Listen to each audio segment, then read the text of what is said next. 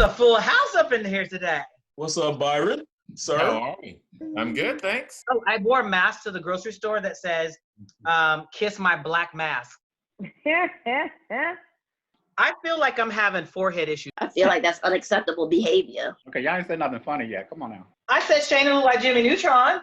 Y'all got all your young jokes out yet? Thank you so much for asking. We're just so happy to see him today. Welcome back, Bello. Yeah, we thought we scared you away, Bello. I thought they scared you away too, yo. I knew he wasn't scared. He told me. Well, I ain't gonna tell you what he told me, but I knew he wasn't. What's in that glass, Bello? Say apple juice. That's Riley making fun of me. I'm not drinking today. Ooh, What? figure out where the problem is. We gonna see how funny your ass is. Please put some alcohol in that water. You'll need it. Oh, Tiffany, why do I feel like you could drink all of us under the table? Because I can. Oh, I thought you would. I don't know this, Shaina. I need you to turn up. ask and you shall receive. There's probably some weed in there. Yay! Okay, Oh, let's break up this AA meeting and start the show. 3, 2, 1. I'm Bello Youngfellow. Good evening. My name is Tiffany Thomas. I'm Ernest Collins. I'm Riley Knoxx. Greetings, I'm Byron Garrett, and this is We Speak. Everybody ready? No. did you get mine when I went in there? Oh, my bad. Always forget you, Wow. Again. Good evening. I'm the forgettable, but unforgettable, Shaina Taylor.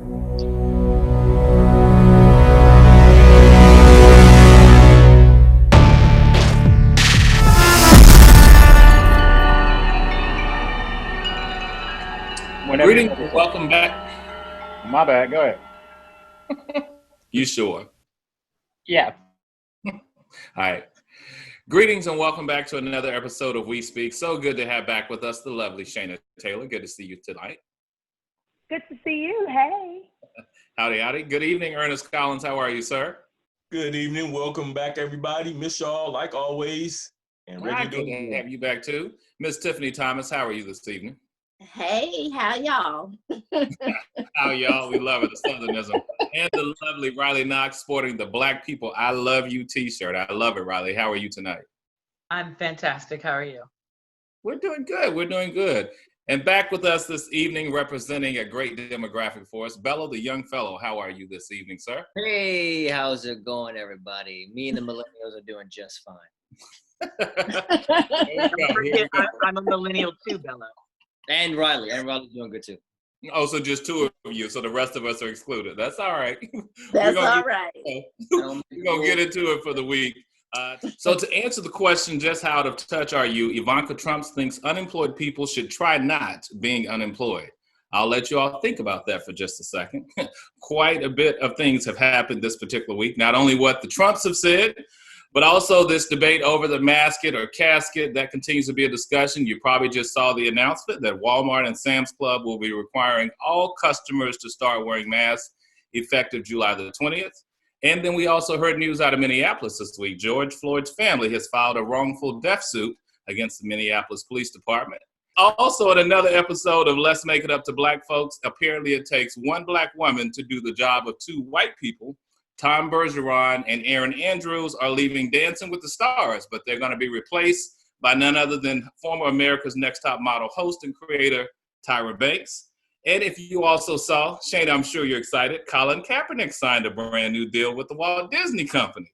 I don't know about Disney on the other end and opening the park, but at least they signed Colin. We'll give them 2 points for that. And lastly, to round out our topics to get us started, Ruth Bader Ginsburg, bless her heart, is holding on for all of us after a short stint in the hospital. We're so glad she was released safely and is recovering because we still need her on the Supreme Court until we have a new occupant or president at 1600 Black Lives Matter Plaza. So to continue a conversation that got started on our show after last week, the after show, if you didn't see that, you need to pull up that episode.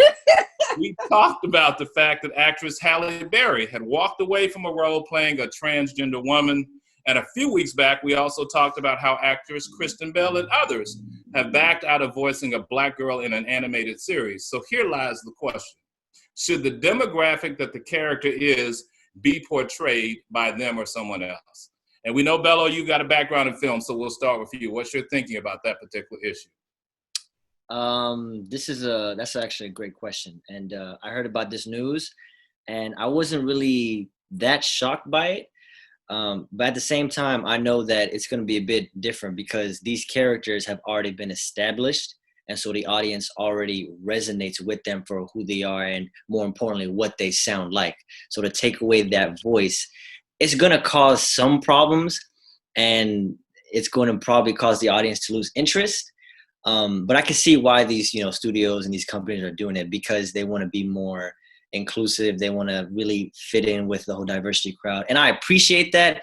From a filmmaker's perspective, though, I don't know if I'm really seeing anything bad with it, to be honest with you. I understand one of the characters was, I think, Cleveland Brown from Family Guy, and he was voiced by a white man, if I'm not mistaken. And I grew up on that show since I was in middle school. And yeah. Wow. Millennial. But yeah, and so, like, you know what I'm saying? Like, it's hard for me to, I just don't know who they're going to replace him with, but that character will never sound the same now. He's been implanted in my brain sounding just like that guy. And to take that away, it's going to cause me to, like, kind of drop off with the show. But I can see why they did it. So to give you a clear cut answer, I don't really support it because I feel like it's bad for the creative integrity, but I understand why you're doing it, and I appreciate it. Appreciate those thoughts. And then Riley, of course, we talked briefly about Halle Berry backing out of the role, and then you recommended to folks that we should see Disclosure on Netflix, which I did last night, and it is awesome. There are certain things I had no idea of in terms of how people are portrayed. Curious your thought. Did you think Halle made the right move to step down from that particular role, and do you think we're at a stage now in society that we should have people portraying roles who are more true to that particular character, as opposed to having someone truly act as in being someone that they're not? That was a long question. I'm kidding. Yeah, absolutely. Halle did the absolute right thing. And it was one of those things where she was kind of proud of it at first when she announced that she was going to do that. And then she got backlash and realized that, oh my God, I was wrong about this. And I think some people just don't know. But I mean, that's why, when you know better, you do better. For those of you who've seen Disclosure, as I recommended last week, there are so many talented trans actresses and actors, and the way that we have been portrayed in the media over years and years is, a certain way. I touched on it last week. It's not either the character was played by a man or a woman, but not a trans actress, when there's so many trans actors out there. And it's not what it would just, I hate to liken it to the fact that, like, a white person playing a black person, but it's kind of like, it's unnecessary when there's so much talent out there. Interesting perspective. Shaina, I'm curious, because you shaking feverishly. I'm shaking my head because I'm thinking about it, and while I can completely understand what Bello and Riley are saying, it makes me think about Hilary Swank's amazing performance in Boys Don't Cry. She won an Oscar for playing Tina Brennan, and it's like she did an amazing job, but I wouldn't want to pigeonhole any artist into any role or any role into any type of artist. I think the best actress, the best actor should get the part. So while I think that more trans people should be auditioned, if they are not out-act by somebody else, or if they don't out-act the straight person or whatever, they don't get the part. I think the best person to play a role, it's almost like when they were talking about making Idris Elba 007. And everybody said, oh no, 007 is supposed to be a white person. Black people can't play black roles. Black people can't play white roles. It's not fair. It's just the role should go to the best person for the job. And if Halle passed up on an opportunity for her to grow, if Halle passed up on the opportunity of a role where she could have shown some depth and some strength to her acting ability, I feel bad for her. But I don't agree that she should have just given up because there are other people that could have gotten the role. You have to sell movies. So first of all, I do believe in say, for example, if it's a transgender movie, then a transgender should be able to act for it. But sometimes the very person who is that actual person can roll over in Hollywood enough to get, so sometimes there is a reason, and sometimes you do need a headliner, but it's just like in the music industry. If you really think about it, gospel music singers are a lot better than some of the people that are recording right now. It's just not that time for them. So I think that Hollywood looks at it in some way. You do need a headliner to bring people in. And if you have a headliner, we can introduce somebody else and kind of make them big like that. So I'm kind of like on both sides of it. If you can, like Shaina said, if you can play the part, if you can audition and play the part and make it a believable act, then I'm for it. Interesting perspective. Tiffany, I'm going to come to you, but I want to come with you on the next question. The other thing I was thinking about this particular subject is we think about race in general, or you think in this particular case about whether it's transgender or not. Society is full of locations and opportunities. We go back to Cleopatra, and you think about how many people who are not people of color that portrayed that particular role. So it's always a curious debate, especially where we sit right now in society. I am going to move forward, though. Tiffany, in a historic move, I think you know this story because we chatted briefly about it. Asheville, North Carolina, in case you all don't know, the city of Asheville has approved reparations for Black residents. So the Asheville City Council has apologized for the city's role in slavery, discrimination, and the denial of basic liberties, and they voted 7-0 to provide reparations to their descendants. Hundreds of years, and I'll quote, hundreds of years of Black blood spilled that basically fills the cup we drink from today, said one of the council members, and the resolution does not mandate direct payments to individuals. Instead, it will make investments in areas where Black residents face disparities. And the other quote that's good to know before you give your comment, Tiffany, is the resulting budgetary and programmatic priorities may include, but not be limited to, increasing minority home ownership, access to affordable housing, increasing minority business ownership and career opportunities, strategies to grow equity, and so forth. So the question is, it sounds like a model that could be used nationwide, but I'm curious, Tiffany, do you think Asheville, North Carolina is an outlier, or do you think this is something that could be replicated city by city across the country? And I've given this a lot of thought because this is what I do. But when you read the fine print of that language, it really isn't. If you're not giving a check, then basically it's not a reparation. It's just kind of sort of doing the right thing. If you're increasing home ownership, are they still red line districts? How exactly does that, what I'm saying? So then you have the issue of property taxes and the property taxes which pays for schools. So where is the actual reparation coming from? Doing the right thing and saying we're going to increase Black home ownership is all well and good. How exactly does that work? Not only to say that the council specifically for that county did, but the next level up in state legislature did not approve this measure, which is a majority Democrat. So we need to make sure that we handle that issue too.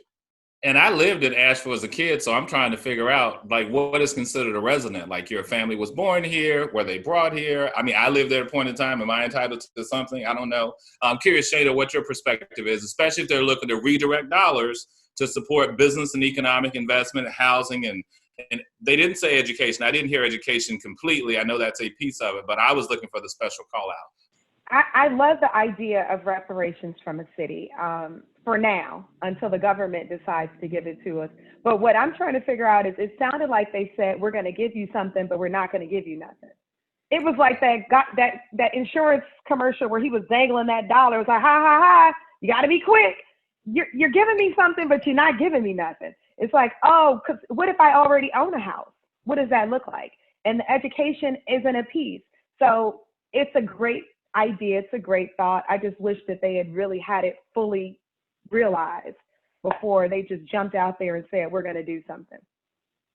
Well, Bello, I'm curious, millennials, of course, on the reparation conversation. This is not a new discussion. I'm curious if you think seeing or hearing a city is doing something like this, you think it could be a model that other folks would jump on board and support? So I haven't really done research enough about this topic, so I want to be careful with what I say. But I will say this, though. I would like to see a domino effect because like my colleagues have said, you know, this should just be the beginning. This shouldn't just be it and that's it, period. No, the federal government needs to speak up and say, hey, you know what, we made a mistake too. Even though I would like to see a wider, bigger scale, I'm happy to see at least one city came up and confessed to its original sin and is okay with saying, you know what, we made a mistake. I think if it does have that domino effect, it needs to be a more realized and more conceptualized, like more thought out thing. Because I've always thought that the way, like, how do you manage that is the thing. Because just like you said, like Bella said, you know, cities in the South, but then remember, people from the South came up north, and it's like, so how do you what's the word? Organize it so that it's fair to everyone.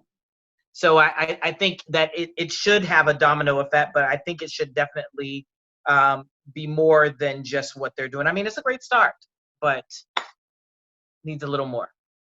Well said. Ernest Collins will give you the final thought before we move forward. When you hear reparations, and I've heard people say it many a times, they think in the funds, they think in the arena of revenue, like they're going to get a check. And I've always said that's virtually impossible. I don't ever see that happening. It is very watered down and commercial, in my opinion, because it won't apply to everybody. So we're investing in certain things that a lot of people may not qualify for. Home ownership, things like that. Everybody won't qualify. So I don't think, I mean, it is a good gesture and it's a good commercial start. But once again, this reparation won't apply to everybody. Everyone who may even fit in that arena may not qualify in some sector or some error that they made or poor judgment in their life to get to this point. Home ownership, businesses, things like that. Everybody might not qualify. So it's a watered down version. It's very commercial.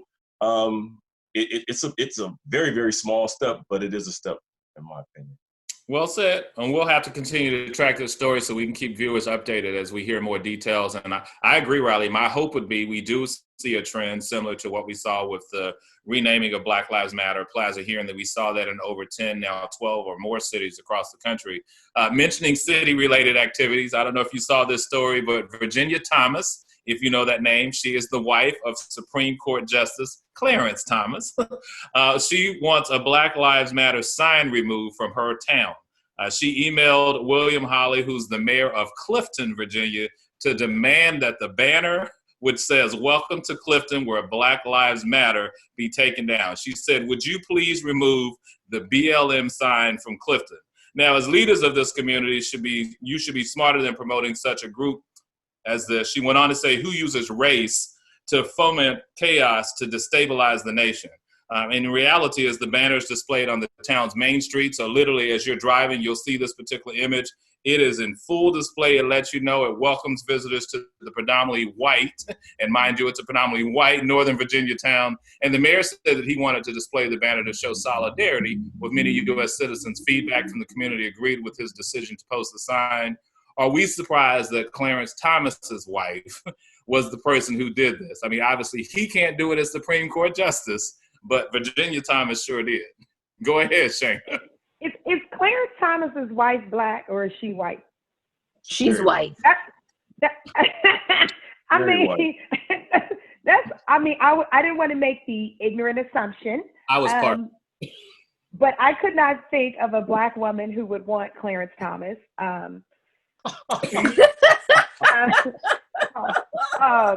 Aside from Anita Hill, and she changed her mind and didn't want him anymore. Candace Owens.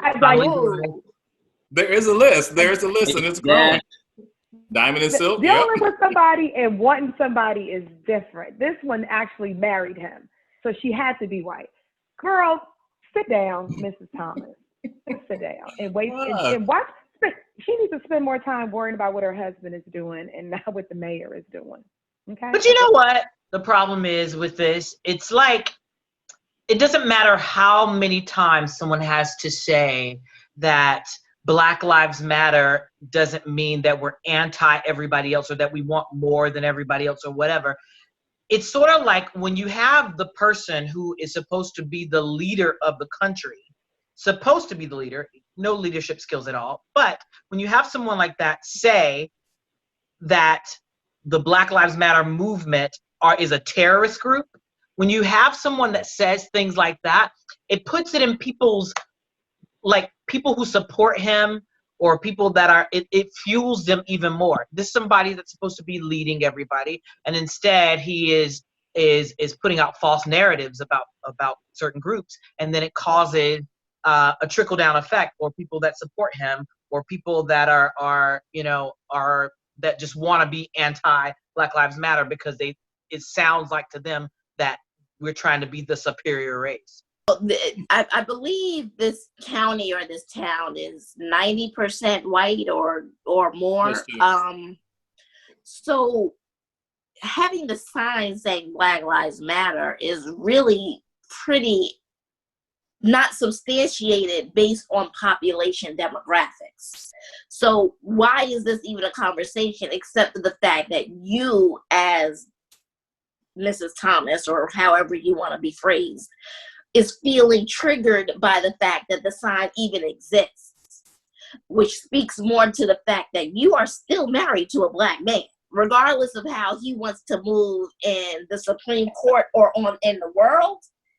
Technically, that's still a Black man. So when you say, why I'm triggered by the Black Lives Matter sign, do you not know who you're sleeping next to? Because at the end of the day, regardless, he's still a Black man. Well, I'm not gonna say that he's Uncle Tom, but people have questioned his black. It wasn't me. It didn't come out my mouth. Allegedly, people have questioned his blackness. I think it's a great gesture to actually put, because I work in a town that is predominantly white as well, and everybody is in solidarity with the movement.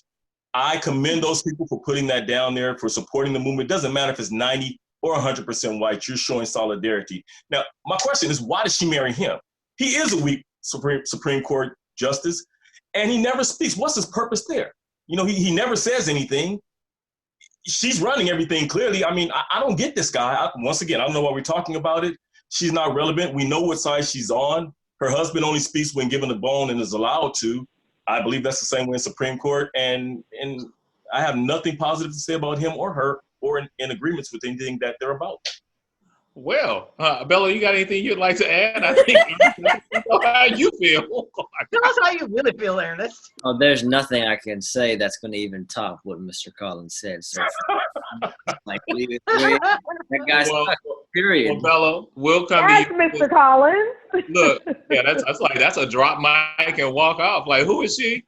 Right. But Bello, we're gonna come to you at the top of this next question, because Goya Foods, if you all know this one, Goya is the largest Hispanic-owned food company in the U.S. They're facing backlash after the CEO praised the current occupant.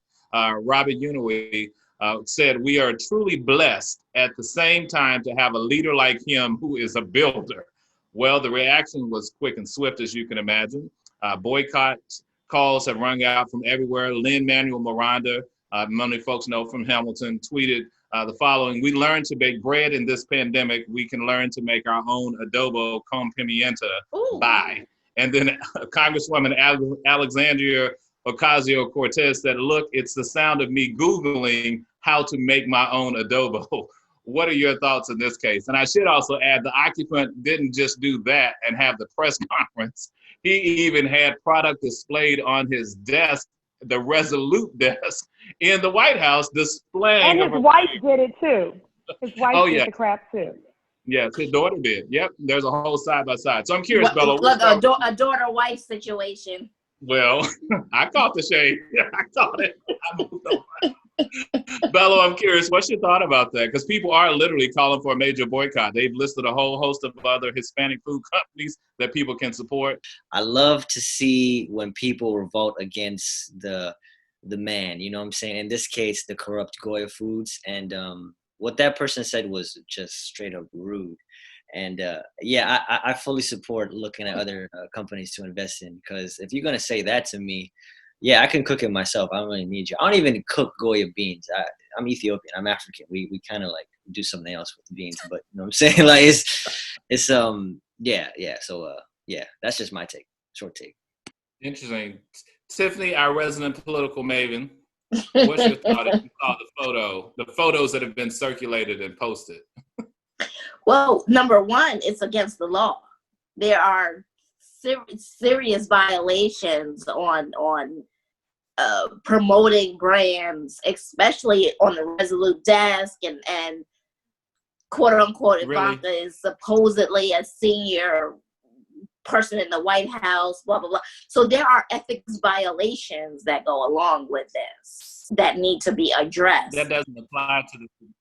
They don't apply Exactly, to this because administration. Kellyanne Conway did this a year or so ago and had no repercussions, even though she has been marked numerous times for said ethics violations. With that aside, everybody and their mama should stop buying Goya beans. End of discussion. It's the weirdest. It's the weirdest thing. Go ahead, Shaina. Because I know Goya is really popular in Mexico, right? Frijoles, arroz, like they killing it along with that adobo sauce. I can imagine. So they gonna build this wall because of Trump. They gonna get shut out. I mean, and then they gonna still be eating. Child, okay. They still gonna be Goyaing it up after the Goya people done pretty much endorsed the man that's building the wall, that's keeping them. Have at it. Even though they're Hispanic and owned, Hispanic owned, they chose big business or the fact that they're a big company and what they have to gain from this presidency over morals and ethics and all of these other things. And it's just sort of like, why you sell your soul to the devil? Like it makes absolutely no sense. And you would think they would be smarter than that, especially since we live in a time of, like, I don't want to say cancel culture, but like in a time of like, well, yeah, cancel culture, but also like we were talking last week about where you're going to spend your money.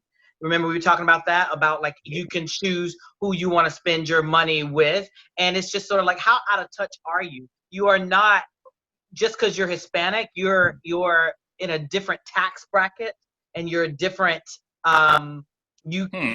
Tiffany said, like, you have so much more to gain from this presidency. So you chose that over, the people who support your business and your own ethnicity. And it's just really sad, because I wonder how many other companies have done this also, but we just don't really know about it. You know what I mean? Like, are there any like big companies that are owned by, people of color that, are like secretly hoping it or voting and endorsing Trump simply because they have so much to gain from it because their company is so big? And how reporters are all about, the economy and, he's going to save the, it just, I don't know if I'm even saying all this right. Am I making sense to you guys?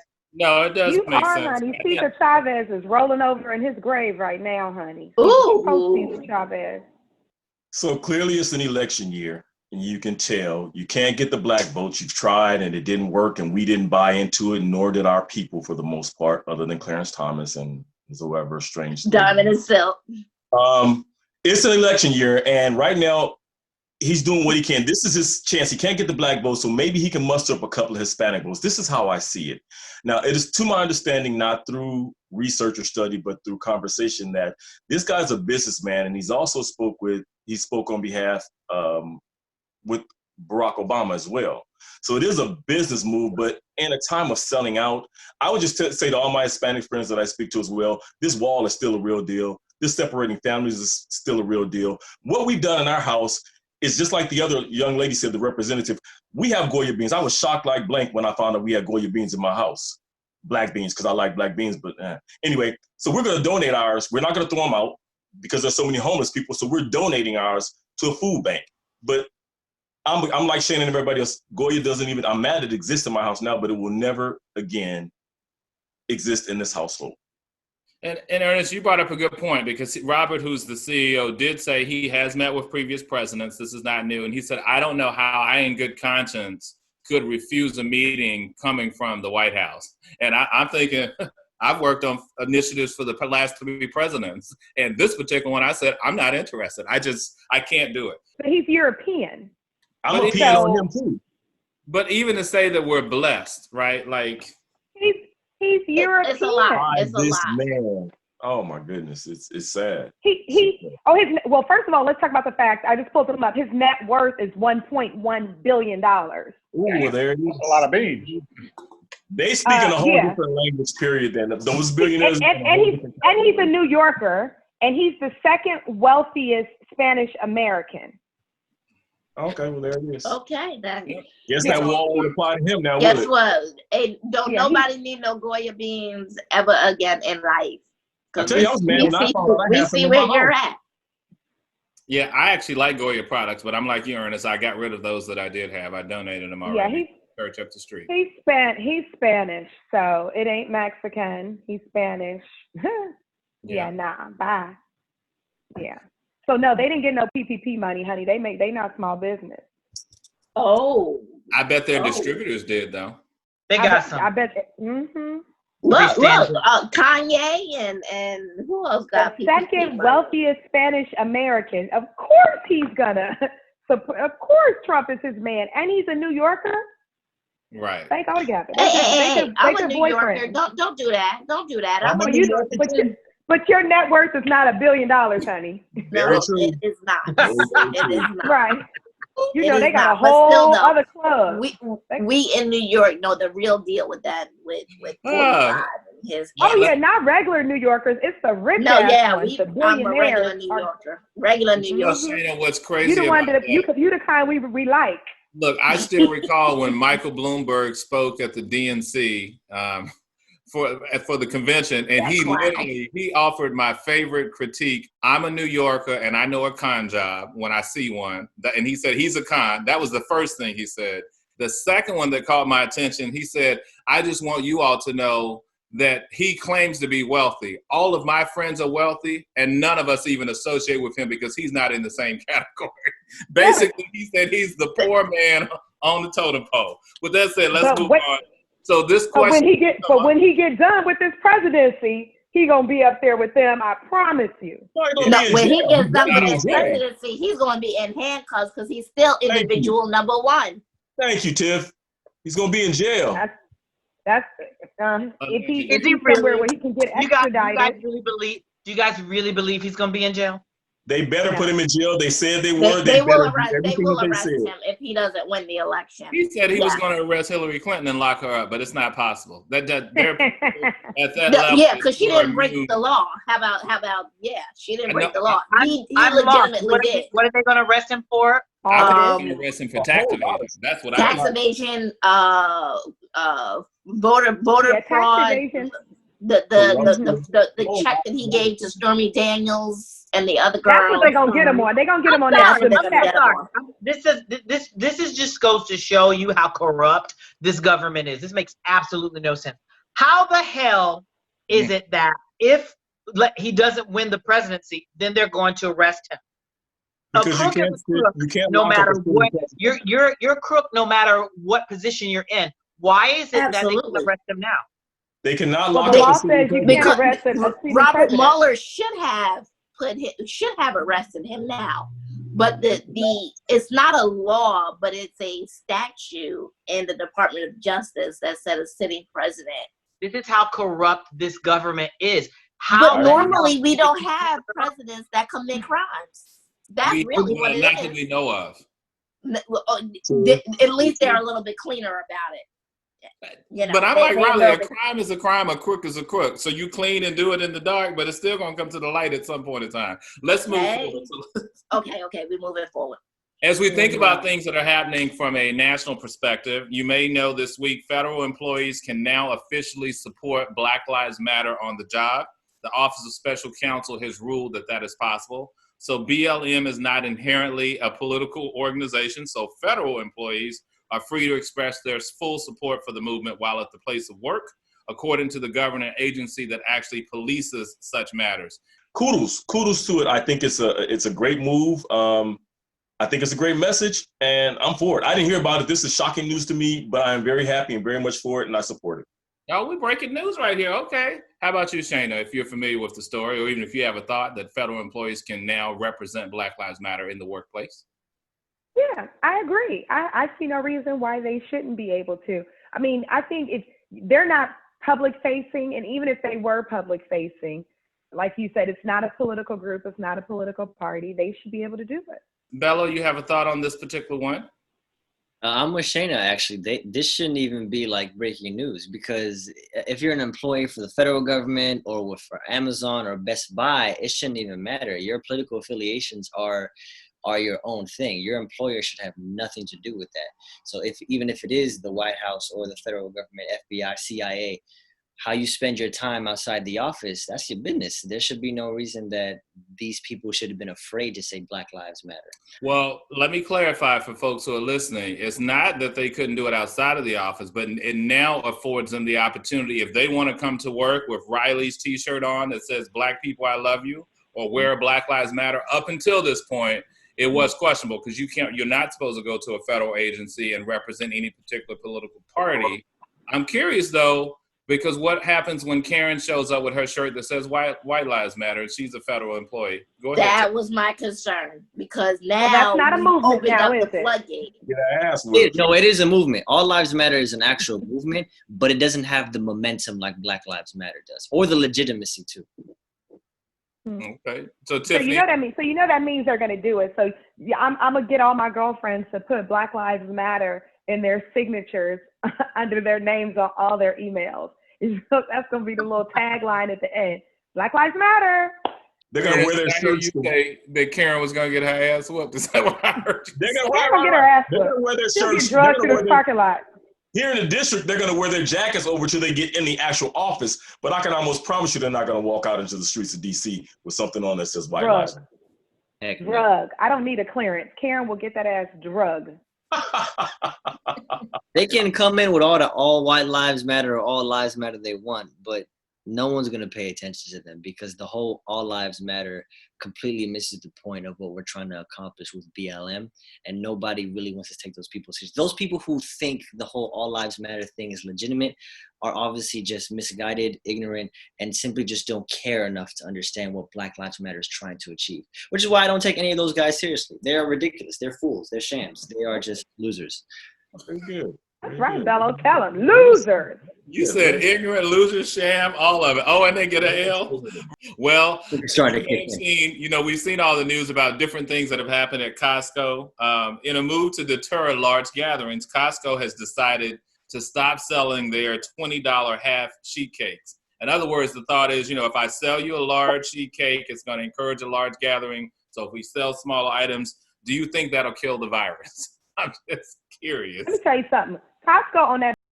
Let me tell you, because they stopped selling the take and bake pizzas too. So they stopped selling the take and bake pizzas. They stopped selling those croissants, the whole rack of croissants, 12 pack. Like Costco on that bullshit, and they better stop. I'm gonna mess around and be at BJ's. Keep playing them games with me at Costco. I agree. That makes absolutely no sense at all. Because what if I have a large family and we're all quarantined together? Like, it just doesn't make any sense for you to think that your sheet cake is going to stop you from gathering. Because let me tell you, people will forego the sheet cake and just buy a bunch of little cakes and still be 50 deep at a party, because it's been happening. We see on people's social media all the time. That it is not Costco's business to try to police that. I mean, like, obviously, we want people to social distance, but it's not going to work. It's just counterproductive. And those Costco cakes are good as hell. But I will tell you, I done seen one of the chicks on my 800-pound life take out a half sheet cake. Okay, so she's gonna be pissed. It ain't even gotta be a large gathering. Those cakes are good. I got a girlfriend that has a quarter cake in her fridge at all times. Shout out to my girl. You know who you are. She got a half little cake in the fridge at all times. I never understood it until I tasted it for once. And I'm like, this is good. One of my friends, it was nobody's birthday. I can just say her name because she won't care. Delilah B. Lee. She went and got a cake. She went and got a cake from one of those cakes from Giant, one of those big sheet cakes. It was no one's birthday. It was nobody's nothing. She just bought it. She's like, those cakes are good, and just got it and just was like eating it all week. Like, it was just So it doesn't make any sense. So they're like, oh, well, this will keep people from gathering around. Like, what, you're going to have to do that all around. But guess what? People are just going to buy more of it so they can have enough for everybody. Well, look, you see they didn't limit the number of people that are truly coming in their store because it's more than 10 people gathered in there at one time in the seafood section. I'm just saying. The other thing I want to mention this week, perhaps we spoke it into existence on last week's show. We talked about it at length. Obviously, Dan Snyder has now officially said, he had said he would never change the name of the Redskins. But after pressure, now he has officially said, after pressure from several sources, he announced last Monday that after 88 years, there will be a new name for the NFL team. What's your thought? Okay, bless the prophet. Bless the prophet, because I told y'all has no choice. Like, there's no way there's no way he's going to get around this. He's just basically just digging his feet in the sand for no reason at all. He had to do it. There's no way. Like, with the times that we live in, and people have been talking about this for years, as we talked about last week. The times that we live in, he has no choice. And I still want to know what was the reasoning for not doing it, because I never got a valid reason for why he didn't want to do it. Tell him, Riley. Tell him how it is. Because he's a typical white man. That's the reason why. Period. Yeah. My privilege doesn't necessitate me to change anything until the tide of public opinion is no longer on my side, and it will impact. And sponsors start rolling out, and my money is getting a little funny. That's how you do it. And the new story this morning that popped up is that he's got a long list of women sexual harassment. Sexual harassment. Wait. I'm sorry. What? There's sexual a long line harassment of women charges who have alleged that they were sexually harassed in the Redskins, or they said the Washington team organization. And of that list of women, several of them were a part of his personal direct staff. So keep an eye out. I feel that him having to sell this team, because that's the same thing that happened to Jerry Richardson down in Charlotte. Not only that, the NBA guy in California, he had this sell his team, Sterling, yeah. So they will force you to sell a team under this guy. Yes. So that may be why Colin Kaepernick is going to sign that deal with Disney to get that money to do just what I said, buy a team. Listen, it's no surprise. We said it last week. When you start hitting the billionaires in their pocket, once again, Six Flags was closed, and now all the sponsors are dropping out, his majors. You don't have a choice. You have one or two choices. You can either sell the team or comply and switch the name. He's under a lot of great pressure. This is why these movements are important. If we stick to them, if we stick them to the pocket, if we get to these millionaires, we may not be able to reach them physically, but if we stop endorsing and supporting them, Kanye, all you guys, they have to change their tune. Among the new names that are being optioned for the Redskins are Red Tails. And I don't know how many people know the historical relevance of of the Tuskegee Airmen and all of that. So it just opens Pandora's box for some Black ownership of Puff Daddy. I'm looking at you. I'm going to be honest. I don't want Red anywhere in there. I don't like Red anywhere affiliated with that team. Not that I care for them anyway, but I just think Red is a horrible fit, period, for them. Anything Red. And I do support the Red Tails, but it just doesn't even sound right. I mean, yeah, I gotta agree with my colleagues, honestly. Like, I honestly think, first of all, there should be no reason. Economically, it would make more sense to change the name because that would increase merchandise sales. Because already the Redskins has a terrible name to it because of the historical significance. And then also the team is just straight up garbage. And this is coming from a guy who lives in this city. Like, I can't tell you how much I've waited for these men to at least make it to the Super Bowl. That's like probably never going to happen. If they change their name, it's probably going to change their tune. It's going to make them more likable, and it's going to increase merchandise sales.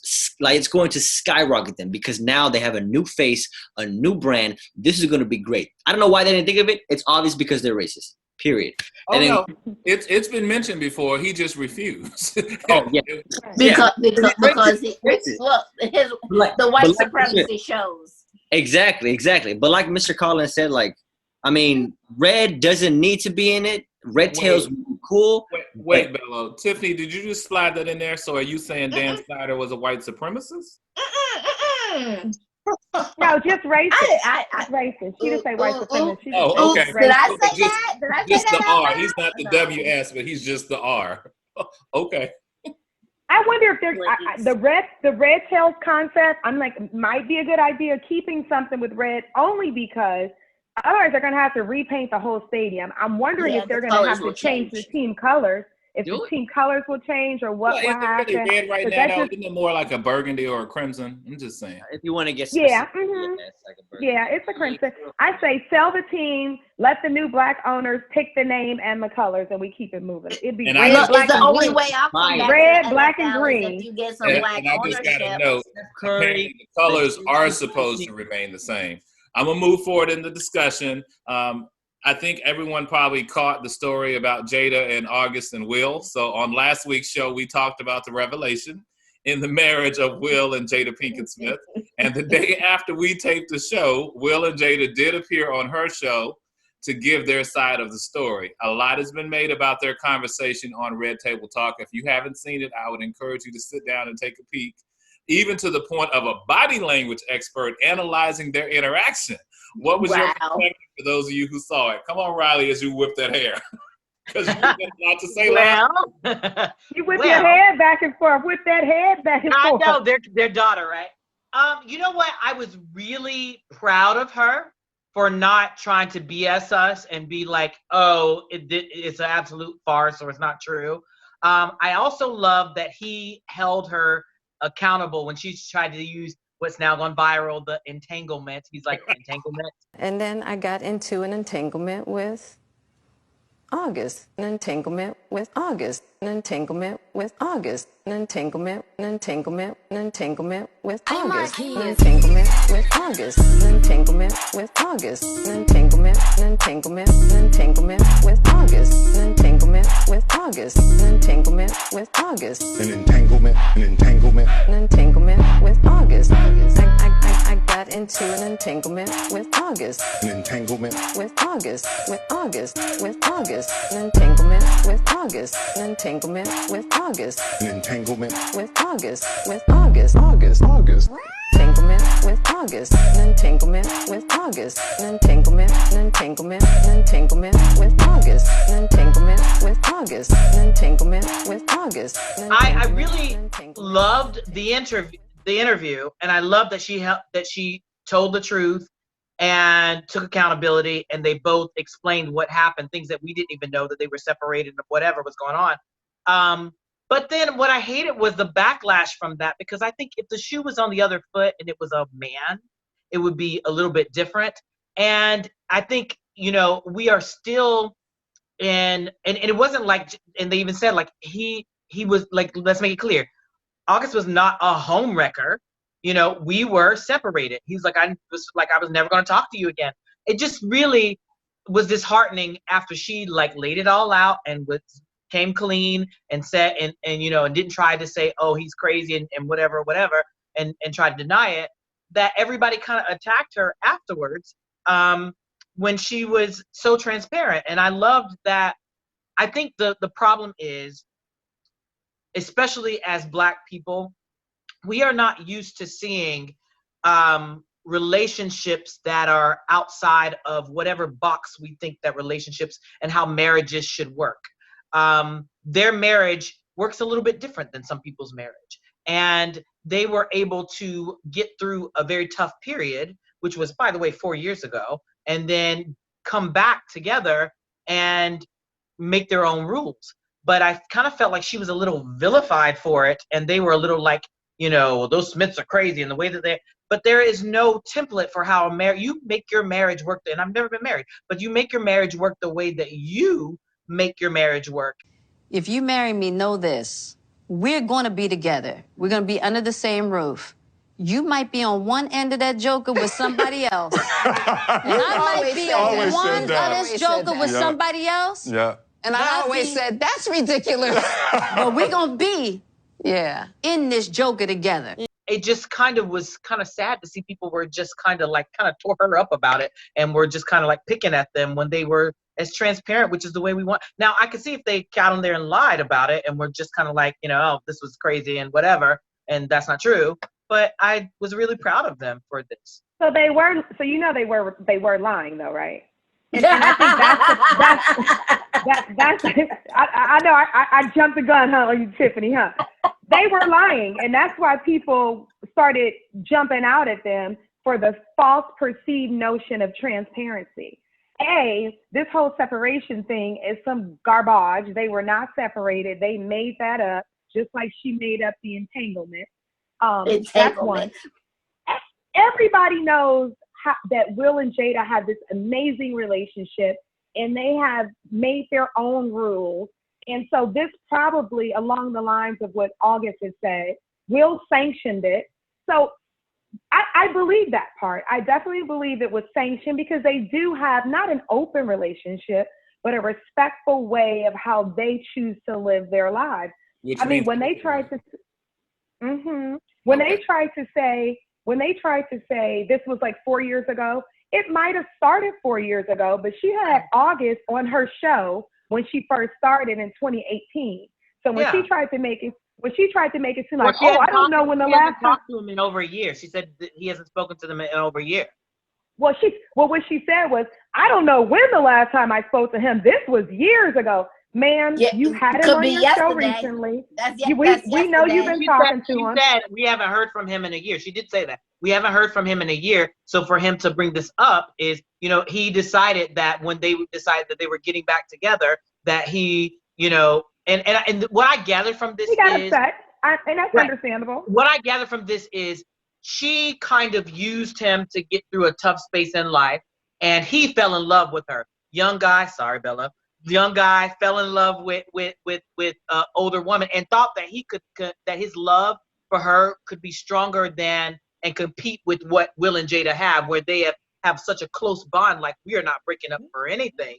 And I guess he thought that she was going to be with him. And then when they decided that they were going to reconcile and they were going to move into another phase of their marriage but remain married, then he just decided, like, this is not for me. Like, and rightly so, as she said, and we don't blame him for leaving. I think he was in over his head. He thought that his love for her and what they had would become stronger than and didn't think that the two of them were getting back together.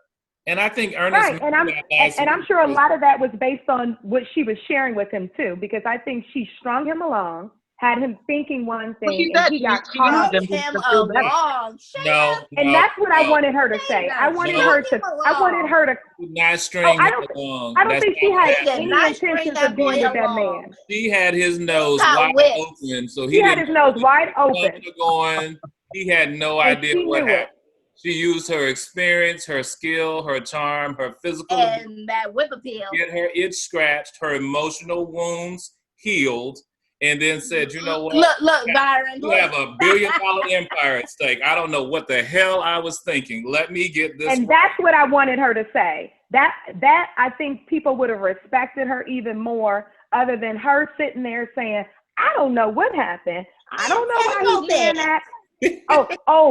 Their entanglement. You was telling him you love him. He was telling you he loves you, and then you dumped him, and then you came up with a word, and then you started saying, "Oh, there's some healing that needs to happen." Yeah, I think she carried him like you. No, he was telling you he loved you, and you was saying it because you was trying to get whatever. Whatever what the reason was. I think they both were in love, but I'm gonna let Ernest I don't think they were both in love. The way she was sitting there saying his name and talking about it. 20-year-old. Come on, Ernest. I thought Will was gonna smack her across her face across her nose. Okay, so I'm gonna give them credit. Like, I remember when the word shrapnel came out, I had no idea what it was, but it just happened to be a word that everybody was throwing around because it was such a word that everybody was throwing around. Entanglement. I'm gonna give her kudos for bringing that word out again. So at the workplace, we brought the whole thing up. I've talked to several guys at work, and everyone's had a relationship with somebody that was older than them or younger than them, and the advantages that we have. I've done it myself. I've dated somebody, but twice. They was 21 and I was 42. So it's an advantage that an older person has over a younger person through my experience that I've said on their way out and on the breaks that this was never going to work, and I had too much of an advantage. In their case, he got caught up. I mean, I feel sorry for him. We talked about it last week. He got caught up. with this. First of all, he's a dreamer. Let's put him in the dreamers category right now, because she's worth millions, and he hasn't even got to the M word yet. There's no balance anywhere. There's no way that this empire is going to break up because of this. This was something that just happened, and unfortunately, he got caught up in it. I do believe that the Smiths are swingers. I think they always have been. I think they're part of an exclusive crew, an exclusive group. And there are lots of them like that. How they choose to explain their story, only the ones that really know about it, like Shaina and so forth, can tell and expose it. But they're trying to sell their side of the story, whether America buys it or not. They are actors. And I'm just saying. Go ahead, Bello. We're going to give you the final thought before we move forward to other entertainment. Wait. And they knew that boy had mental health issues. They knew he had mental health issues, and I think she used that as well. It sounds like she had. The only thing I found weird about it was she said that she was introduced to this child by her son. Like, that is a little suspect for me. That's a little, I don't want to mess with my son's The whole family was introduced to him by the son, but he is older than the son. But he was introduced to them by the son, and he was friends with Will also, because there's a video of Will getting a massage from him. And there are some theories. I don't even want to go into theories, but forget I said that. We already know. And that's exactly why I said it was a false perception of transparency. Yeah. I know it. Bello. I yield my time to Bello. Yes, yield your time. We're going to get Bello the final comment before we move on to Viacom and Nick Cannon. Bello, I have a question for you. Have you ever had an entanglement with an older woman? Ooh, no, you didn't. Don't try to figure out our business, Riley. Don't get into our personal business. No, you didn't. Don't get into our personal stuff. Stop messing with that baby. Well, when you're in love, it's so young, and it's so beautiful because, and it's almost means more because you don't realize that there will be other loves, or that there are, you have your heart broken when you're young. You don't realize, you think that's the end of the world and all this stuff. And then as you get older, you realize that, life is a little bit different than that, and love is a little bit different than that, and it looks a little bit different. And I think about how I dated guys who were older than me, and and what I got out of those relationships, and how when they ended, I thought it was the end of the world. And now being on the other end of it, it looks a little bit different to me. So that's why I have that question for you. You don't have to tell me whether you've dated somebody who's younger or older than you, but I just kind of want to understand where your mindset is as far as like someone who is and dating and being younger than you. Yeah, no, I'm not. I'll be happy to share that. One of my girlfriends was actually 2 years older than me, so I don't know if that counts. As towards older. Stop. Yeah, but I mean that's the closest. I have yet to date a woman who's like 10, 30, but hey, I'm very much open to that. But for real, like my viewpoint on that, I mean, it's I'm looking at you, girl. It's really just like, what I'm saying. I don't know. I think it's what love is. I completely agree with you though, right? Like I do believe that we as human beings have multiple soulmates on this planet. The idea of just having one person on this planet is sort of ridiculous. If it happens, it happens. But then at the same time, like there's almost 4 billion people. Statistically speaking, that's impossible that you only have just one person that you can truly like. It's just impossible. So if you get your heart broken by one person, you're probably going to find somebody else. More than likely, you're going to find somebody else. But yeah, like I don't think so. I could think of like anything else to say about that. I haven't yet. I was just going to say, Riley, and I think with the age difference that you're mentioning, because I've been in that same situation, my ex and I think we're 12 years apart, thereabouts. And the reality is there are things that you are able to teach, and there are things you're also able to learn. But when you're in your early 20s, there are so many things you think you know that you realize you really don't. So it looks like you're experiencing all of these firsts and all these new things, how you travel, places you go, how do you do this, how do you do work? But once that relationship ends, you move forward, you realize I learned the lesson that I needed to for that particular stage in life, and now I will take that lesson, and I know I won't make those same series of decisions again, but I'm better informed for it. As Maya Angelou said, I did then as I knew then. Now that I know better, I do better. I see your hand, Tiffany, but we're going to move forward. This is another hot topic for the week. Viacom CBS is cutting ties with Nick Cannon. saying that the host failed to acknowledge or apologize for spreading anti-Semitic conspiracy theories about Jewish people. Like the Jewish bloodlines control everything. This means he'll no longer be a part of the improv series Wild 'N Out, which he was hosted and was executive producer of on VH1. And with Cannon having such a large presence on TV, it's unknown yet how other networks will proceed. You may know he recently debuted his reality show Celebrity Call Center on E!, which is part of NBC Universal, and The Masked Singer is expected to return later this year on Fox. So I don't know, what's your thought? Do you think they canceled him too soon? You think he didn't understand the nature of the language he was sharing? I had to sit with this for a minute, because aside from whether you or not you believe in the accuracy of his comments,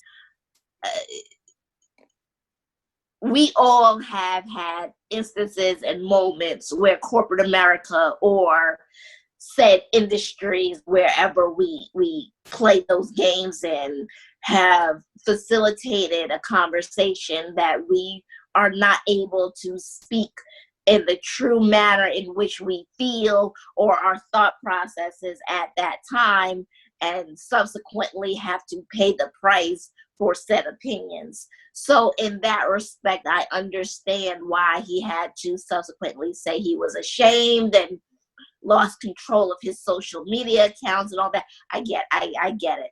I hope that he doesn't have to lose all of those assets in terms of the Viacom, in terms of the TV show deal he had with Fox and this and that and all that, whatever. However, I have seen that Puff Daddy has made strides in order to give him a platform on Revolt to bring, say, conversations that are of a different connotation to that platform, which may be able to allow him to share those views in a safer and and more welcoming environment. I hope he does take that up as an offer. But I think that his show Wild 'N Out should be able to be his own, and that is my opinion on that. You shouted Puff Daddy out a couple times. I'm just gonna leave that right there. Shaina, Revolt TV. Mm-hmm. I saw the offer that Diddy made, but it's just not going to be a good choice for Nick to take him up on that, because while that would give him a platform to do it, he still has so many irons in the fire with so many other major deals that he needs to not be saying those types of things right now. The thing about it is Nick has a lot of Jewish friends, and one of his closest business partners is Jewish. So it wasn't that he was spewing hate or anti-Semitism. What he was saying is true. Jewish people own a lot of Hollywood. They own a lot of the media. Like, we know that that's a fact, but they can feel however they feel about it. The good thing is that Fox made an announcement earlier today that they're going to keep him on The Masked Singer. They had conversations with him. They didn't see anything necessarily wrong. He apologized for how it could have been taken out of context, but I think once they did their research and saw that he is active in the Jewish community heavily, they realized, oh, okay, this really wasn't a hate speech, or he wasn't saying that he hates them. He was just speaking how he feels. And you have the right to do that in any job that you perform. So I'm glad that that's still going on. Wait, now, careful, because there have been plenty of white people, Asian people, and people who are not Black who've spoken their mind about certain things and about other races. We're not talking about hate speech. We're not talking about hate speech. But they can I'm make not talking about hate speech. But people make sweeping generalizations all the time, I think, to your point, Bello. And I think in this case, in Nick's case, there were things, and you're right, he's a huge proponent, supporter, personally gives his time, his money, his talent in that space and at other communities. I think this was a case where there were pieces historically he just didn't know. And, sometimes we repeat or carry out a narrative while we may not have all the truth. But I think you're spot on, Shaina, in the sense that the question I always ask people is, I get beyond the language, because I hold true to those James Baldwin words when Uncle Jimmy said, I cannot believe what you say, for I see what you do. I think they question the intentionality of his actions. Yeah, what's your intent? And we're able to look and say, he's not who you're trying to make him out to be. Sure, he didn't speak appropriately. I do think, though, Shaina, he was almost a little late on offering the full-throated apology, because I think initially he was like, what do you mean? That's not what I said. But I was think very late with that apology. Very late. He started making No, go ahead. Sorry. Well, it took him a second. I think it took him and his team a second to realize, let's gather the historical connotation of what people are saying you said and how they perceive it. Now let's figure out how do we make an authentic presence and still offer an apology and explain your commitment to the work. Because people say black people eat chicken all the time, and it's true. And like, we can't dispute that. It doesn't mean it should be said. I do. I ain't gonna lie. I'm not gonna eat it. But see, that's the thing. Some things are racist. Some things, it's just like with racism. Some things are racist and true. You know what I mean? Like some things are you know what I mean? Like some things are stereotypical, but you can't just say it. You know what I mean? I think in this climate, you have to, especially when you have so many deals and influence as Nick Cannon does, you have to be beyond reproach. Like you cannot, there's certain things, and you would think with everyone being so careful and everything being so nitpicked that you would be more careful. But I think sometimes you get in conversations in the media and when you're doing interviews or when you're doing, because this happened to me before too, where when I'm doing interviews or making an appearance on a show or something, where you become a little comfortable and you say things that maybe you don't have the full education on, or things that like kitchen table talk. Yeah. You know what I'm saying? Things that you would say around your kitchen table and not really on a national platform, but you might say with your friends. And it might be true, but it might come off to other people as being offensive, because even though it may be true. Yeah. And Riley, it's a great point. So and I know we need to move forward. When we think about this show, we're incredibly comfortable with each other. We come together every week. We talk about some of everything, personal, professional, etc. And the reality is, I'm sure people can go back if they chose to and parse 5 words, 10 words, a minute here, 2 minutes there to paint any narrative about our perspective. Even the conversation that we had last week about Black Trans Lives Matter, right? That entire conversation, if somebody only caught a snapshot of that and didn't catch the full context, they could completely misunderstand and misconstrue what was meant by what we were talking about. And so one other question that I wanted to add to this conversation, as we think about what's happening in entertainment, the Emmy, Oscar, and Tony Award-winning actress, one of my personal favorites, Viola Davis, is on the cover of Vanity Fair. But you should also know that the cover for Vanity Fair was shot by a Black photographer for the first time in the magazine's history. Is this surprising to you, considering the fact that the magazine has been around since 1913? Absolutely. Really, Bello? That's surprising, though? Yes, I'm a photographer. They could have gotten me on a long time ago. I'm just kidding. I'm kidding. I'm not professional. I'm just a guy with a camera. But no, there are like millions of talented Black photographers out there. The fact that this is the first time that Vogue has done it speaks volumes. Vanity Fair, not Vogue. Excuse me. Vanity Fair speaks volumes. So many volumes. What's your thought, Ernest Collins? I'm curious. Viola Davis? I think it's about time. Once again, we're going to see. At first, I mean, if people didn't believe in this Black Lives Matters movement, you can see the results in a lot of different arenas, a lot of different sectors. This is just one. It's about time. I'm proud. I'm not surprised. I think we're really, as a Black race, even if it's by fault that they're going to have to put us in certain places, because I'm understanding even some high profile, somebody got fired because of the ratio. Now they're thinking about they're going to hire an African-American individual in that position just to balance out things. Now, unfortunately, it's going to take, it takes a movement to make something happen and to expose the bigotry and the hatred, but I'm going to take it. I'm proud. It's about time, and I'm glad it's happening.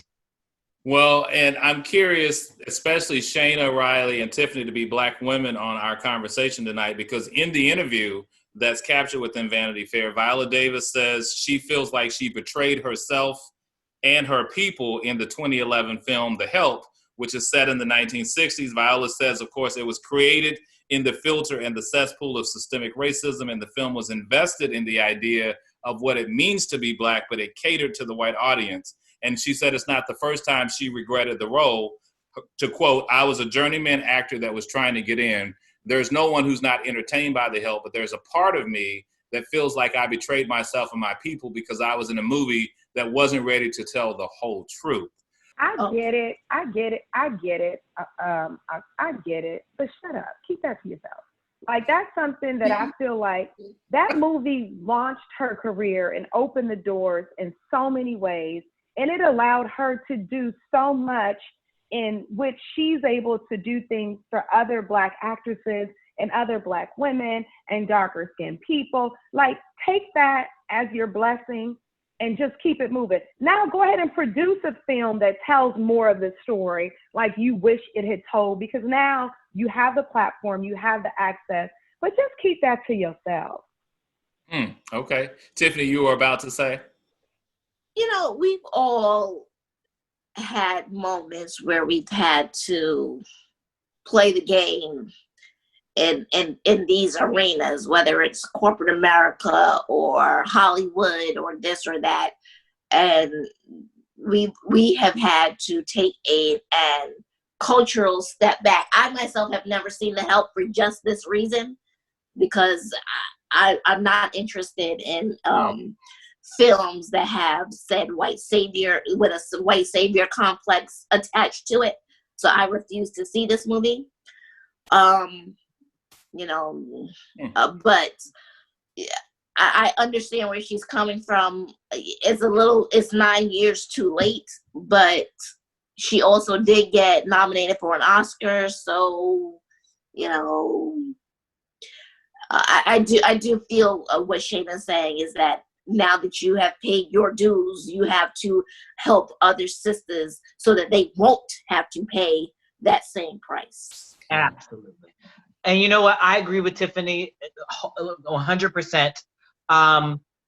We have all been in situations, in the past where, because it was unpopular or because it meant, a certain amount of money or a certain amount of thing, where we've had to either, downplay something or assimilate in some kind of way. And it's no different in acting also. I think the thing is, that was a moment in time, and times are different than they were even like 2 years ago. You know what I'm saying? So it's not, so 9 years ago, like playing that role. The thing is, I know you've never seen the movie, and I'm always an advocate for movies and roles and all that.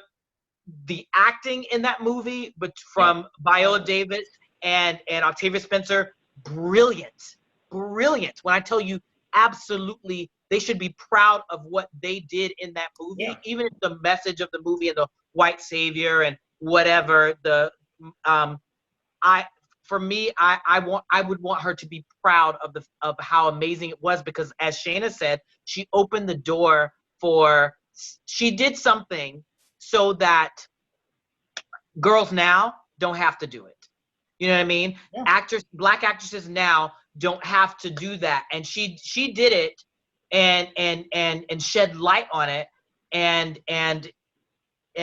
did it so brilliantly and so eloquently and so amazingly that now you open the door, because like I keep going back with Gone with the Wind, Hattie McDaniel, like she did something that Viola Davis doesn't have to do now. She couldn't sit in the audience, but Viola Davis was able to.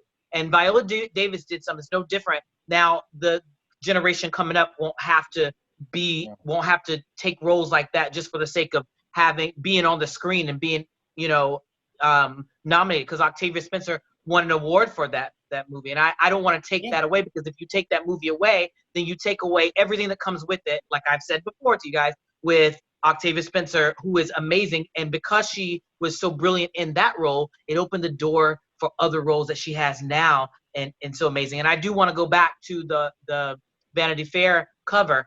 I think it's so amazing that even though we're having things like that would technically be called a diversity hire, I think it's great, because now people are really going to see how talented and how artistic and how creative Black people really are.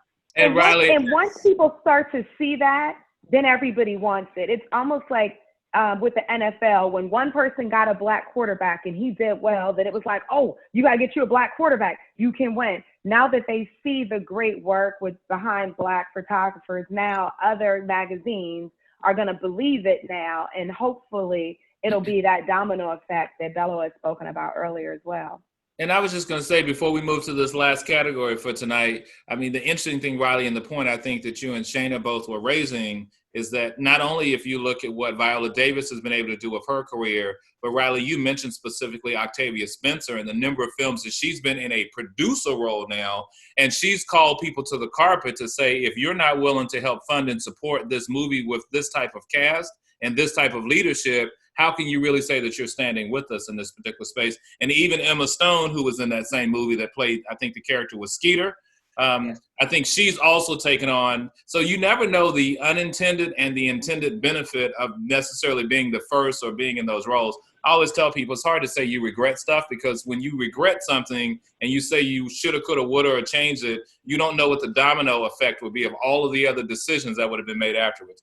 Mentioning decisions, this is our last topic for tonight. Louisiana Senator John Kennedy said those who oppose schools reopening can kiss my ass. So this is a senator who said, if you oppose the reopening of schools, you can kiss my ass. His words, not mine. Despite many educators and teachers unions raising concerns about returning to the classroom, even as the novel coronavirus surges across the country. Quote, America's going through a rough patch right now. Some people seem to be enjoying it. Maybe they just hate America. I think some like the chaos because it gives them a political advantage. For our kids, we need to reopen them. They are using our kids as political pawns. And of course, the occupant and the Secretary of Education, Secretary Betsy DeVos, have also been pushing for schools to reopen this fall. Some of you may have even seen Orange County in California, the Anaheim area. Their school board voted 2 nights ago, literally 4-1, that they would reopen with no social distancing, no mask required, because they said school needs to resume. So I'm curious what your thought is, because this has become a growing conversation as we think about this issue with coronavirus. This is like the next area outside of the unemployment issues. Now we're getting into kids going back to school. Is August and September right around the corner. You know, I wonder if this senator is saying this to the Oklahoma governor who just tested positive for COVID. I'm wondering how that Republican dichotomy is actually working when now these red states are continuously more and more turning up, having more and more COVID cases. In addition, the idea that we want to send these kids back to school, I don't have any children myself. I'm not a parent, but I'd be damned if it was my child, if I'm sending them back to school. It's really, I don't know. Does any of us on this cast have kids? No, I have nephews that I raised, but they're grown now. None of us on this cast have kids, and I don't either, but I hope to have kids one day.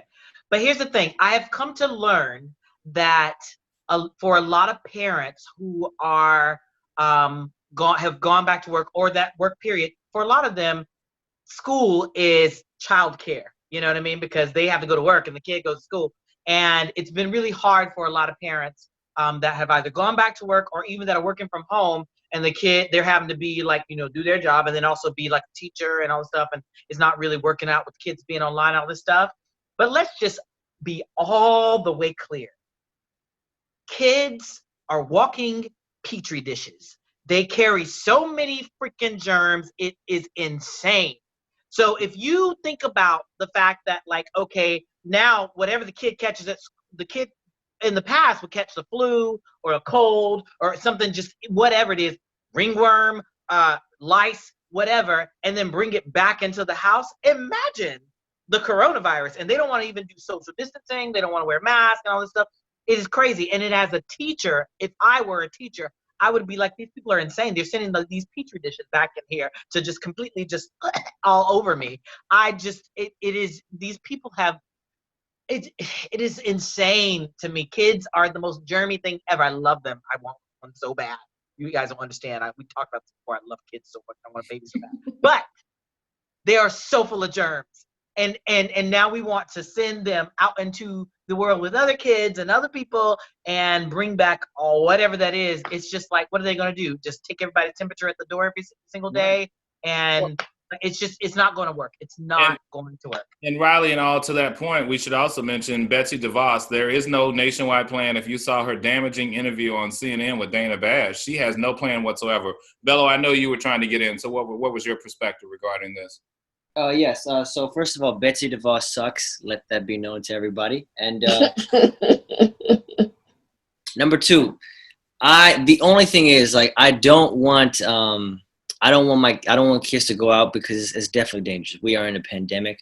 At the same time, though, if they're gonna do this, if they were to actually not have schools open at all, I would like to see food programs still implemented by the state, city, local governments, because for some of these kids, come on, man, they don't even get lunch or breakfast at home. They get it from school because some of these kids, their families are just too poor to afford groceries. That's the only thing that makes me worried about this whole thing, if they decide to just do online learning permanently. And I think that's why they rather open up the schools, because these kids can't even get food unless they actually go to the schools and go to lunch. That sucks. But hey, I mean, really, like, I would rather be alive than to like risk it. Just to clarify, though, that is not the rationale that Betsy DeVos or the occupant are using to reopen schools. I will say, like in Miami-Dade, New York City, LA, they have run food programs all summer long to make sure kids who are food insecure still have access. I just want to clarify that to let you know that that's not their perspective. They think it's business related. We need, like Riley said, we need childcare so we can go to work. So go ahead, Shaina. I think you were going to offer a point. No, I actually, along with what Bello had said about the food programs, DC actually offered it also. But Byron, you're correct. That's something that us regular people think about with us wanting kids to go back to school. That's one of the key reasons why I would want kids to get back in school, of course, along with the educational piece of it. But statistically, 25% of all sexual abuse and physical abuse cases for kids are diagnosed in the schools as well. So you've got these kids now that are sitting at home being abused, that we won't even get a chance to save them or help them or hear about, because they usually report this to the teachers or other. So that's another reason why I want schools to get back. But like you said, there has to be a national plan where it's organized with them going back. Even if it's something so easy as there's PPE to give the kids, where the kids are in a suit of some sort, where we don't have to worry about kids social distancing, because we know they're not going to. But if we give them some type of a garment that they can wear, I don't know if that's possible. I don't know what that looks like, but let's offer them something. We got to give them something, some type of a plan. And I think that may be the quickest, easy fix. PPE, run that out to the schools. Trump, if you want to get the kids back out there, you want to rush them back into learning, I'm here for it. Give them the PPE. Shaina, he can't even get everybody testing so that they can get the free test that everybody can get whenever they want it. You think he can get millions of kids PPE? I'm just saying. Well, it's less kids than it is people. I don't know, but if he's trying to rush the people back, let's test it out. Let's do a test pilot in one area, maybe one school district, let's test something out. I do want to see him get involved in more of the planning phase versus just forcing it on the governors, letting the states try to figure it out with no support from the federal government at all. It's not going to work, ever. Well, I'm going to turn it over to Ernest for his perspective, but this is one time that I'm thankful that we have 14,000 plus local school districts who get to make their own independent decisions about how their county, city, and state funding for education. Federal education is only about 10 to 12% of the typical district budget anyway. Luckily, it all comes from property taxes for the most part. But Ernest, what's your perspective? So here we are again with this sitting president meddling into business that he has no idea, being a bully once again. He started with sports, and then he forced the government to open up their states, with all these red states following behind, the governors following behind this sitting president, this sitting idiot, and things are disastrous. Now he's forcing them to open schools, okay? I say, what do the scientists say? What does Dr. Fauci say? The reality is, it's gonna be disastrous. Kids, like Riley said, it was really harsh, but They are a journey. So if a child gets it right now, we're playing experiment with the children. We're playing politics with the kids, and that's just not fair at all. If one child gets it, then you have to pretty much shut the school down. Teachers may pass away. There's really nothing. I have not seen a foolproof plan that is implemented, even in this sketching form, that would make me safe enough to want to send my child to school. I've seen Fairfax with some distancing, seating, which looks kind of good, but you cannot keep everybody away from one another completely. I think it's disastrous. I mean, I do understand people have to go to work. But we're all making sacrifices. This is a different time. And the reason why things are out of control right now is because we're rushing to get back. Thank God, DC, Maryland, and Virginia, we're doing a little better than most of the people. At least we sat back and waited a little while to see. I commend our governor here in DC for holding back right now. We're still in phase 2. And most people moved on and then they've had to back down. We don't know what's going on with this thing yet. And if you open up things too fast, things spread out. The numbers are growing hard. We're making light of everything like it doesn't exist, and it really does. And it probably won't be until people start dropping like flies. And our government, along with our sitting president, acts like it's just a part. Hey, if it happens, it happens. Yeah. I would never send my child back to school in times like this. I do understand that virtual learning is a challenge because you really can't police a lot of the things, but these are just challenging times. These are challenging times, and my only opinion is to let's see what the scientists say. Let's see what the professionals say, not what our politicians say, because they really don't have the answers. They've been wrong before, proven several times, and I hate to see our children being affected by their idiot decisions. And I know we're over time, but our producer is going to indulge me because I also wanted to mention this story that came up. You all may have seen, may not have. It's just starting to catch national news. The occupant has now required hospitals who normally report their data to CDC to no longer report it to CDC. So mentioning your point, Ernest, about Dr. Fauci and what do the scientists say, imagine now all of this data that normally would be reported to give us daily updates as a nation no longer goes to the agency it's supposed to, which is required by law and congressional mandate to make it publicly available, to now go to HHS, and they don't have to disclose any public information. They've said they'll share what they deem appropriate, but they're not required or congressionally mandated to do so. Curious about your quick thoughts on that before we wrap up for tonight, because that vexed my whole spirit. I mean, it agitated my spirit to no end. Like, you are trying to literally monopolize this conversation, hide the truth because you're not winning in your argument. You're not prevailing. Go ahead, Shaina. We'll start with you and then we'll go around. Shaina, sorry. Nothing. You already said it. You've already said it. It's just another means for him to hush the truth. They are going to report the good pieces of the story and nothing else. So it's going to start making people, they're going to only use supporting facts that support what his story is. So when he says things are getting better, they're only going to report the information on the counties or the city or the one neighborhood where things are getting better. They're going to have the narrative and the facts to support now. Crazy. Anybody else got a perspective? I see you nodding, Tiffany. Go ahead, Ernest. In short, what a political year. That's all I have to say. It ain't over. It ain't but July, bro. Bello, Riley, Tiffany, before we wrap up. Y'all like, Well, Shaina, thank you so much for tonight. Bello, thank you for joining us once again. Tiffany, always good to see you and bringing the political insight. Riley, we love the shirt, but we love your wisdom even more, so we greatly appreciate it. And Ernest Collins, always good to have you with us. And I can't even talk right now. Excuse me. Byron, and thank you for being such an awesome host and keeping the conversation going and making our brains moving, helping us come up with the goodness. I tried. We want to remind folks who are watching us on YouTube, make sure that you like, that you also subscribe and ring the alarm for notifications, and that you share it with somebody else. You can find us at WeSpeak_talk show on YouTube. And as always, we thank you for watching and ask that you join us again when next we speak.